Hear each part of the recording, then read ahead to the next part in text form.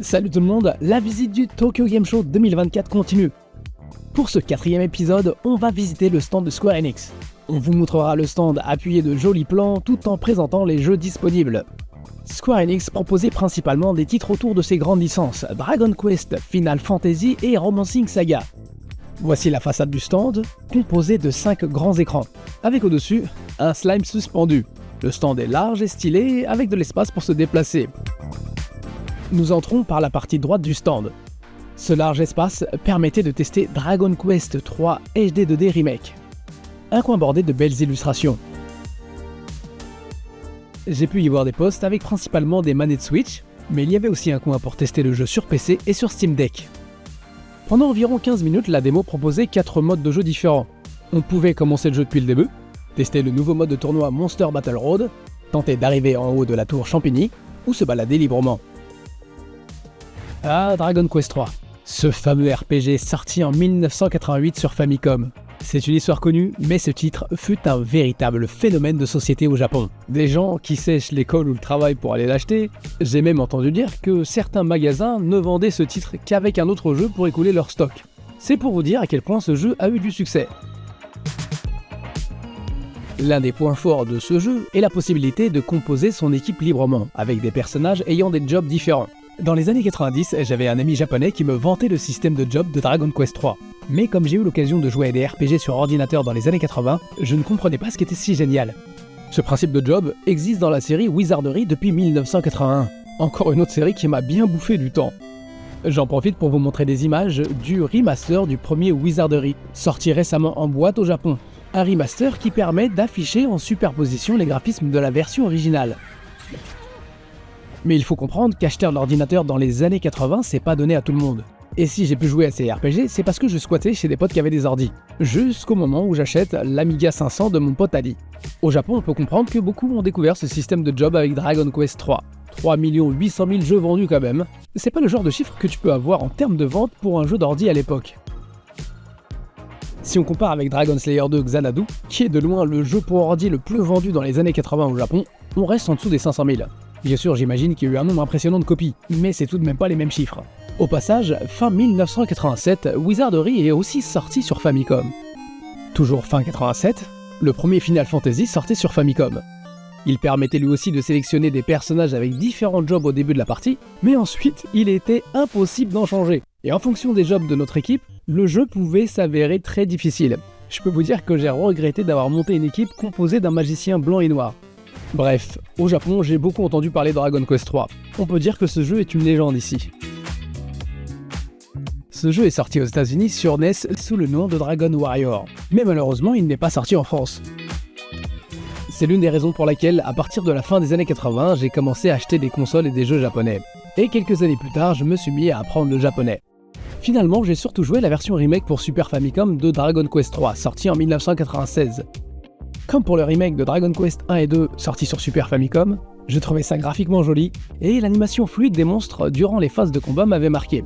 Ils ont aussi ajouté un système de questions pour déterminer votre caractère au démarrage. D'autres éléments ont été ajoutés, ainsi que des améliorations dans le gameplay. En 2000, un remake pour Game Boy Color est sorti. En 2011, pour fêter les 25 ans de la série, une collection contenant les versions Famicom et Super Famicom de Dragon Quest 1, 2 et 3 est sortie pour Wii. Et j'en profite pour vous montrer les images du coin que j'avais filmé présentant cette collection lors du Tokyo Game Show de 2011. Le contenu des jeux est le même que les versions originales, à la différence de l'ajout d'une introduction animée et d'une galerie de documents et d'illustrations, qui contient le fameux caractère design de la guerrière. Oui, le design qui a fait polémique sur internet car il a été censuré. Allez, on arrête un peu avec le passé et parlons un peu de ce nouveau Dragon Quest 3 HD 2D, un remake qui semble se baser sur la version Super Famicom avec l'ajout de nouveaux éléments. Les graphismes sont plus jolis grâce à la technique HD 2D, une technique qui mélange de la 2D pixel avec de la 3D, développée par l'équipe Asano de Square Enix, qui entre autres a travaillé sur Bravely Default. La première fois que cette technique fut utilisée dans Octopath Traveler, ce fut le sujet de pas mal de discussions parmi les rétro gamers. Et je fais partie de ceux qui se sont émerveillés devant ce mélange de personnages en 2D pixels, ces décors en 3D avec cet effet de profondeur et le travail des lumières. Pour ce remake de Dragon Quest 3, dans la taverne de Luida, lorsque l'on enregistre un personnage, on pourra désormais choisir son apparence, ses couleurs et sa voix. Un nouveau job est aussi disponible, le Monster Master, qui permettra, semble-t-il, d'attraper plus facilement les monstres. Quand je commence le jeu dans Dragon Quest 3, je choisis un pratiquant des arts martiaux pour éviter de dépenser de l'argent en armes. Mais là je pense que je vais essayer ce Monster Master. Ici encore, on a le droit à de chouettes animations de monstres durant les combats. Ces animations ont été dessinées à la main pixel par pixel.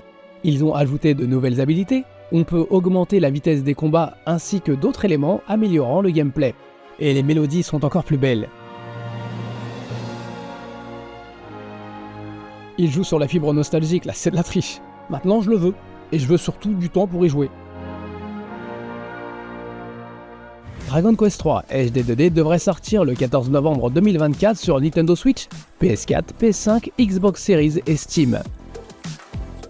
Ici, ils exposaient l'équipement de Roto, nommé semble-t-il en anglais Adric. L'armure, l'épée et le bouclier du brave, c'est quand même bien fait. Ils exposaient aussi la version collector du jeu et les goodies. Mais mon attention fut prise par l'apparition subite de Hot Dog Man. Résultat, j'ai peu le temps de filmer les goodies et la version collector. Hot Dog Man est un personnage du mini-jeu Master Party 2. C'est un mini-jeu qui est présent dans Life is Strange. J'ai compris par la suite qu'il était là pour promouvoir la démonstration de Life is Strange Double Exposure sur la scène du stand. Passons à gauche du stand pour nous rendre dans le coin où on pouvait tester Romancing Saga 2 Revenge of Seven. On peut voir que les stands de démonstration sont principalement équipés de PlayStation 5.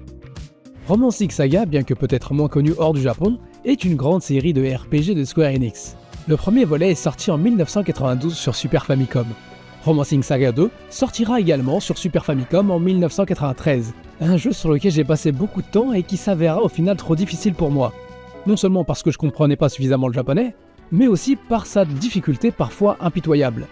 C'est simple, les deux premiers volets m'ont traumatisé, au point que je n'ai jamais réussi à finir un jeu de la série Saga depuis.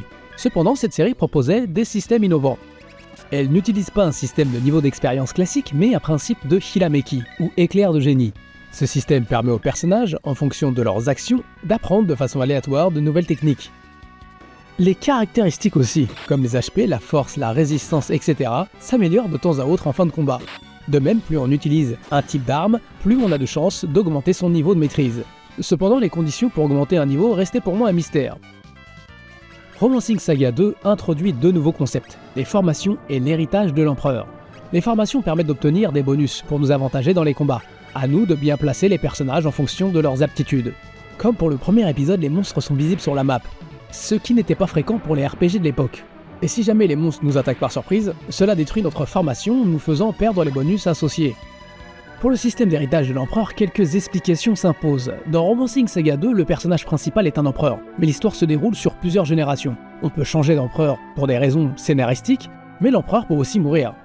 Dans ce jeu, en plus des HP, les personnages ont des LP pour Life Point. Quand les HP d'un personnage tombent à 0, il perd un LP. Et quand les LP tombent à 0, le personnage nous quitte. Si c'est l'empereur qui n'a plus de LP, il meurt. Ce qui déclenche la cérémonie d'héritage de l'empereur. Lors de cette cérémonie, on doit désigner un de nos personnages pour hériter de la mémoire des empereurs passés, ainsi que de leurs aptitudes. Dans la version Super Famicom, on pouvait sauvegarder à tout moment et je me souviens que je sauvegardais fréquemment pour réinitialiser si un de mes personnages préférés perdait des LP, ce qui me prenait encore plus de temps pour avancer. Romancing Saga 2 a eu un remaster sorti en 2016 sur PlayStation Vita et Mobile, qui à partir de 2017 sera aussi disponible sur PS4, Nintendo Switch, Xbox One et Steam. Mais Romancing Saga 2 Revenge of the Seven est un remake intégral. Les graphismes sont passés en 3D, le son a été réorchestré, c'est d'ailleurs Kenji Ito qui avait travaillé sur la version originale qui s'en est chargé. Et dans les options, il sera possible de choisir les musiques originales à tout moment. La base du système original a été préservée, avec ses systèmes de formation et d'éclairs de génie. Mais de nouveaux éléments modernisent le jeu. On peut maintenant voir clairement l'évolution des niveaux d'HP ou d'armes. Connaître le point faible des ennemis. Il y a désormais des icônes en forme de lampe, indiquant quelles sont les attaques qui peuvent potentiellement provoquer un éclair de génie. On peut sauter, on peut frapper les ennemis avant d'entrer en combat, ce qui enlève un peu de vie à l'ensemble des ennemis et nous permet de frapper en premier. Inversement, comme dans la version originale, si un ennemi nous surprend, notre formation est détruite et on perd les bonus qu'elle nous attribuait. Il existe désormais 3 niveaux de difficulté, casual, normal et original. Et d'après ce que j'ai pu tester, le niveau normal est plus simple que le niveau original de la Super Famicom. Je vais peut-être pouvoir enfin prendre ma revanche. Ils ont également ajouté des voix en japonais et en anglais, et des textes en français seront disponibles. Ils ont complètement revu la disposition des villes, des villages, des grottes et autres donjons. Et pour moi qui ai connu la version originale, la différence elle est flagrante.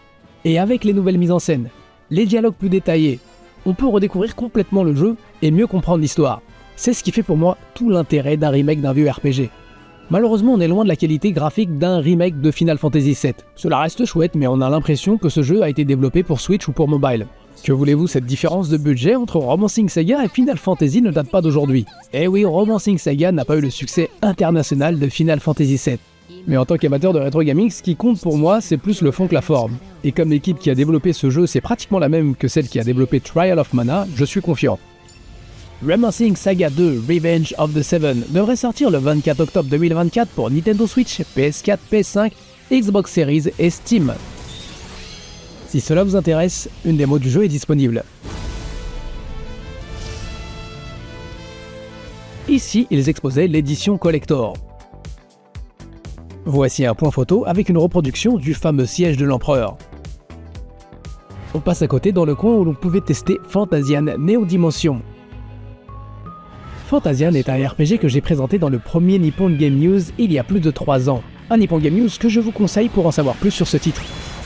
Pour résumer, Fantasian a été conçu par Hironobu Sakaguchi, le créateur de Final Fantasy, avec une bande-son signée Nobuo Uematsu, un RPG en tour par tour qui hérite des grands classiques du genre.